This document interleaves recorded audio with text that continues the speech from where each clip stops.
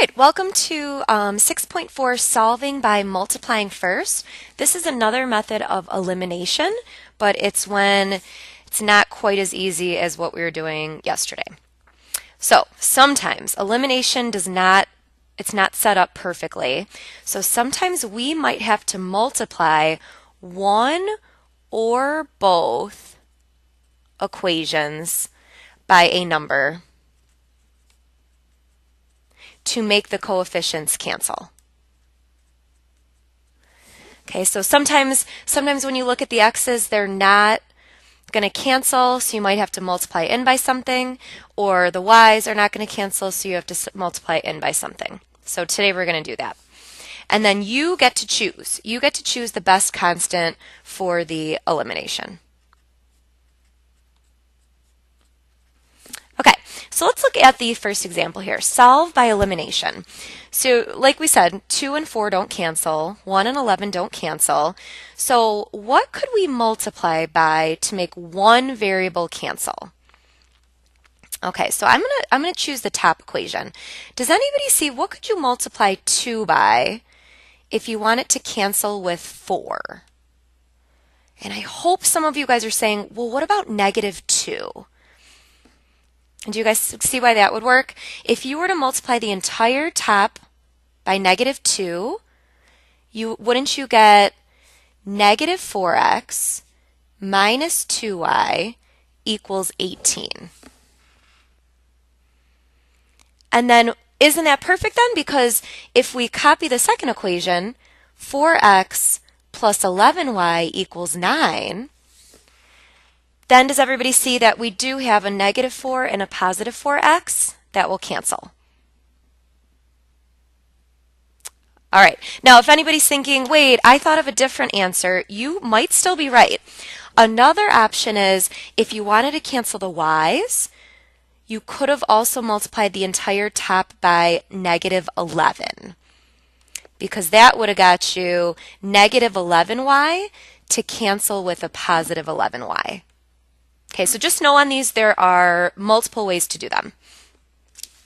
All right, but let's keep going with what we did. Once you have opposite variables to cancel, you add going down. -4x plus 4x cancels. -2y plus 11y is 9y. And 18 plus 9 is 27. And then you guys, I bet, can do the rest yourself.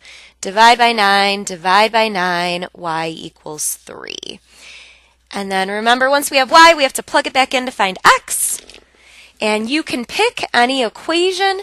I'm gonna use the original top one. Okay, so you can use the original. Doesn't matter. You can pick the top, the bottom, the new top, the new bottom. Any of these are fine to use. But I'm gonna use the original top.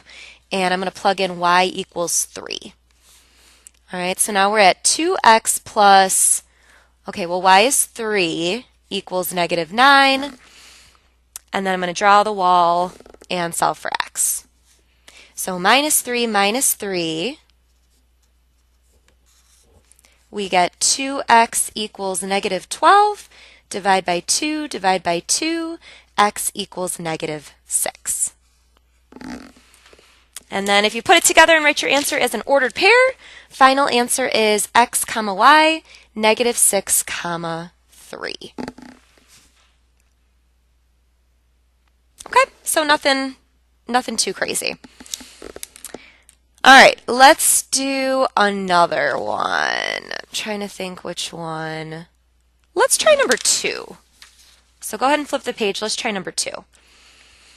All right, so everything's lined up, but we have no opposites. So I want you guys all to pause and think, what could we multiply one of these by to get them to cancel? So feel free to pause and think about it. When you're ready, replay the video. I'm thinking to multiply the bottom by something. What do you guys think? I'm thinking if we want to cancel with a 6x, and we already have a -2x, what if we multiplied by 3? Would that work? If we multiply the entire bottom by 3. All right, let's see what we get. We get -6x plus 9y equals negative 15. And then I'm going to choose to leave the top the same because I already see a pair of opposites. So the top one stays the same. All right, I hope you guys see that negative 6x and positive 6x will eliminate. So we're ready to go, right? They're opposites. So when you see a pair of opposites, you add going down. 6x plus negative 6x will eliminate. Negative 2y plus 9y is 7y.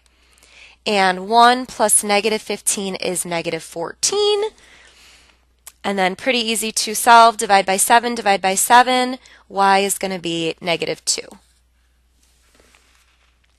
And then we're going to take that negative 2 and plug it back in. Any equation you want. I'm going to go with the original top. And I'm going to plug in y equals negative 2. So if I rewrite it, it's 6x minus 2 times, okay, y is negative 2, equals 1. And now I need to solve for x. So if we clean this up a little bit, it's 6x plus 4 equals 1. Right, because negative 2 times negative 2 is 4. And then we draw the wall and solve. Minus 4 minus 4. You get 6x equals negative 3. Divide by 6, divide by 6. And x equals negative 1/2 if you reduce it. All right, we found x, we found y. Final answer as an ordered pair is negative 1/2 comma negative 2. And if you want to check your answer, just plug them in and it should work. Oh, sorry, can't see that. Negative 1/2 comma negative 2. All right, I would love to tell you guys you can stop, but number 5 is different. So we're all going to have to do number 5 together. All right, and number 5 is the hardest one it could possibly be.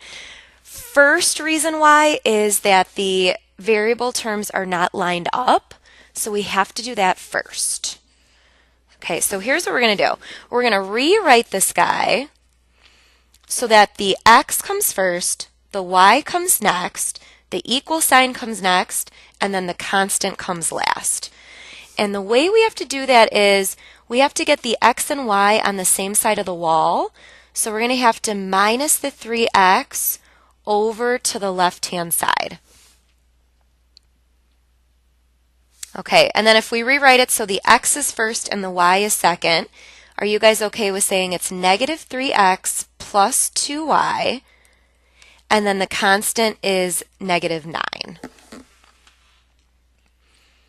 Because elimination only works if the x's are lined up, the y's are lined up, the equals are lined up, and the constants are lined up. Okay, so I'm going to rewrite them both. Top is 4x plus 5y equals 35, and bottom is now negative 3x plus 2y equals negative 9. And now we're ready to start elimination. Okay, so first step is everything has to be lined up. X's, Y's, equal signs, constants. Okay, now I want you guys to think, what could we multiply by to make one of the variables opposites so that they will cancel? And unfortunately, this one's not as easy, because there's nothing you can multiply 3 by to get 4 nice. And 2 times 2.5, I guess, would be 5, but we don't want to deal with decimals. So here's another trick. If you don't find a number easily, here's what you do. You multiply the top and bottom by the other number. So like if it's 4x and negative 3x, so if this one's 4 and this one's 3, we're going to do like a little switch. What if we multiplied the top by 3 and the bottom by 4? Okay, so before you guys start thinking I'm crazy, watch how cool this is. So if it's 4 and 3, we flip it and do 3 and 4. And then as long as one of them's negative, you're good. All right, so let me show you guys why this method works. We're going to multiply everything by 3. We get 12x plus 15y equals, I think that's 105. And then if we multiply everything on the bottom by 4, we get negative 12x plus 8y equals negative 36. Do you guys see how we have the 12 and the negative 12 now? So this method always works. If you can't find one number, you might have to multiply both by the other number as long as one of them's negative. Okay, don't worry, we'll go over this more tomorrow. All right, we have opposite x's, so we're ready to add going down. 12 and negative 12x cancel. 15 plus 8 is 23y. And 105 minus 36 is, I think that's 69. And then divide by 23, divide by 23, y is 3. And then just like before, you guys can plug it back in and solve. I'm going to use the original top, but again, it doesn't matter. And I'm going to plug in y equals 3. So it's 4x plus 5 times 3 equals 35. And then we're going to clean it up. 5 times 3 is 15. So it's 4x plus 15 equals 35. And then you're going to draw the wall and finish it off. So minus 15, you get 4x equals 20. Divide by 4, x equals 5. And then if you put it all together as an ordered pair, final answer is x comma y, which is 5 comma 3.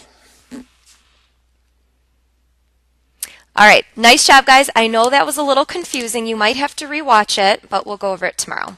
Thanks.